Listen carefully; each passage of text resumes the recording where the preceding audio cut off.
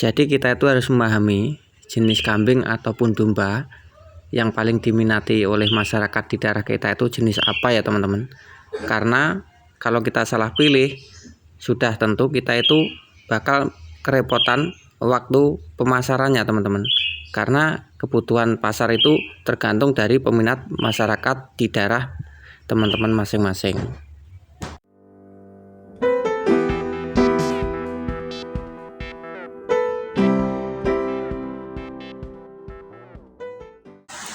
Assalamualaikum warahmatullahi wabarakatuh. Salam ternak, salam sehat, salam sejahtera untuk kita semua ya teman-teman. Oke teman-teman, sebelum tonton videonya, bagi teman-temanku yang baru menemukan channel kami, mohon dibantu di subscribe, di like, di komen, dan di share ke teman-teman panjenengan supaya mendapatkan informasi seputaran peternakan. Dan bagi teman-teman yang telah subscribe, saya ucapkan banyak-banyak terima kasih dan semoga video-video kami ini bisa bermanfaat untuk teman-teman semuanya.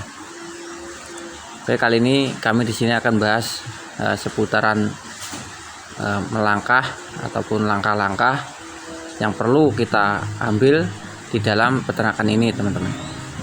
Jadi sebelum kita melangkah beternak, khususnya bagi teman-teman yang ingin beternak di jumlah yang banyak, tentukan dulu pilihannya, mulai dari pemilihan breeding ataupun di fattening. Dan selain itu, sebelum melangkah, sebaiknya kita lihat dulu jenis kambing apa yang diminati oleh masyarakat di daerah kita. Itu penting sekali teman-teman. Jadi kita itu juga harus mengetahui pasaran di daerah kita masing-masing. Itu yang paling dominan, yang paling diminati masyarakat itu kambing Jawa atau dari kambing domba, ataupun dari jenis kambing-kambing yang mahal, misalkan dari kambing-kambing crossbur ataupun kambing-kambing PE. Itu bisa dicermati. Jangan sampai kita itu misalkan di daerah kita itu dominannya masyarakatnya itu ke kambing domba, nah kita terus pelihara kambing Jawa Randu. Itu pun nanti harga jual di pasar tuh pasti juga berbeda teman-teman, dan peminatnya pun pasti jarang sekali. Jadi itu menyusahkan kita waktu kita mau bongkar ataupun mau memanen ternak-ternak kita teman-teman. Jadi hal seperti itu sangat penting sekali. Misalkan di daerah teman-teman sukanya kambing Jawa Randu ataupun dari jenis kambing Jawa Kacang, yaitu aja yang kita pelihara. Supaya apa? Ya supaya memudahkan kita nanti kalau dalam menjualnya itu tadi teman-teman. Dan setelah itu langkah-langkah yang harus diambil tuh tentukan dulu juga dari kita itu memilih di sistem breeding ataupun di sistem fattening teman-teman. Jadi kurang lebih seperti itu.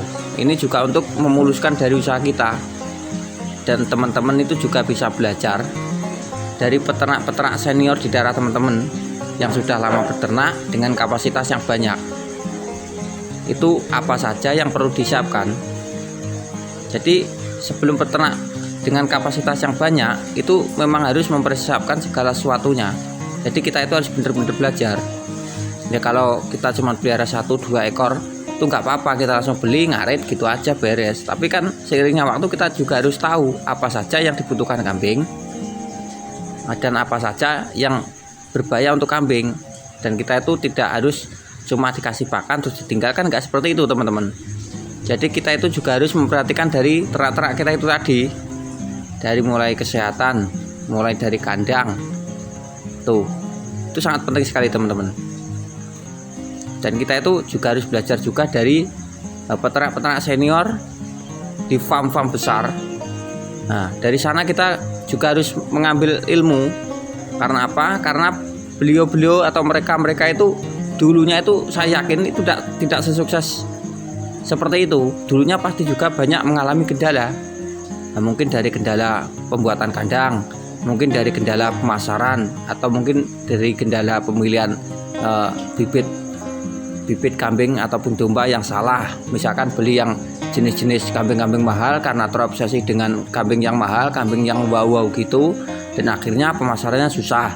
Nah, itu kan pasti juga menjadi kendala. Misalkan terus langsung bikin kandang tanpa mengetahui dari kebutuhan kambing breeding itu berapa meter atau dari kambing jantan itu berapa meter itu jika salah itu juga menelan biaya yang cukup banyak teman-teman. Jadi kita itu juga memang harus memperhatikan hal-hal seperti itu. Itu sepele, tapi jika kita itu belajar dari farm-farm besar yang sudah banyak ilmu, insya Allah kendala-kendala yang ada di peternakan kita itu pasti kita bisa menghadapinya teman-teman. Dan juga untuk ketersediaan pakan itu juga sangat mendominasi dari keberhasilan ternak kita teman-teman. Jadi misalkan darah teman-teman itu melimpahnya itu dari limpah pertanian itu apa, nah itu juga harus dimanfaatkan. Dan kalau memang di daerah teman-teman tidak terlalu melimpah dari limpah-limpah pertanian, ya kita bisa menyiapkan lahan-lahan untuk bank pakan. Jadi nanti kedepannya kalau ternak kita itu memang ingin banyak, jadi kita tuh tidak repot. Jangan sampai kita itu sudah beternak banyak tapi tidak menyiapkan dari lahan-lahan bank pakan. Nanti kita pasti gagal. Karena apa? Karena kekurangan stok pakan. Kan untuk kambing itu makannya kan setiap hari butuh makan teman-teman.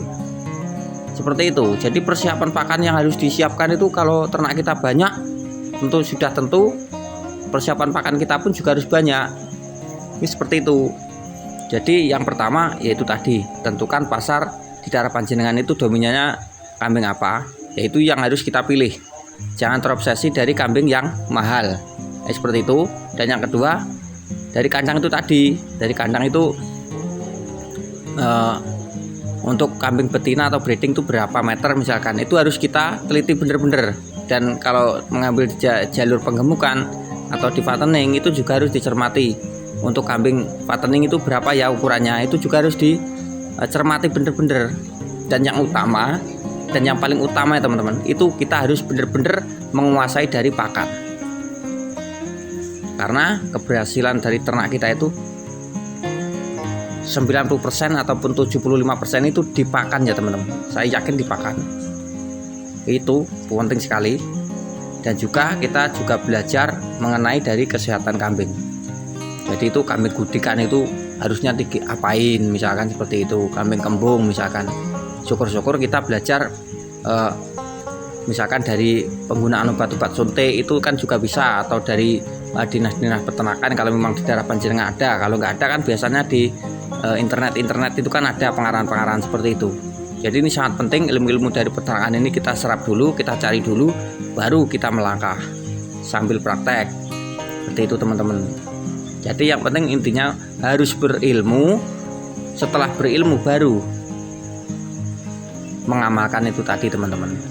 Jadi kita tahu ilmunya seperti ini dan cara penerapannya seperti ini, baru kita praktekkan. Jadi seperti itu.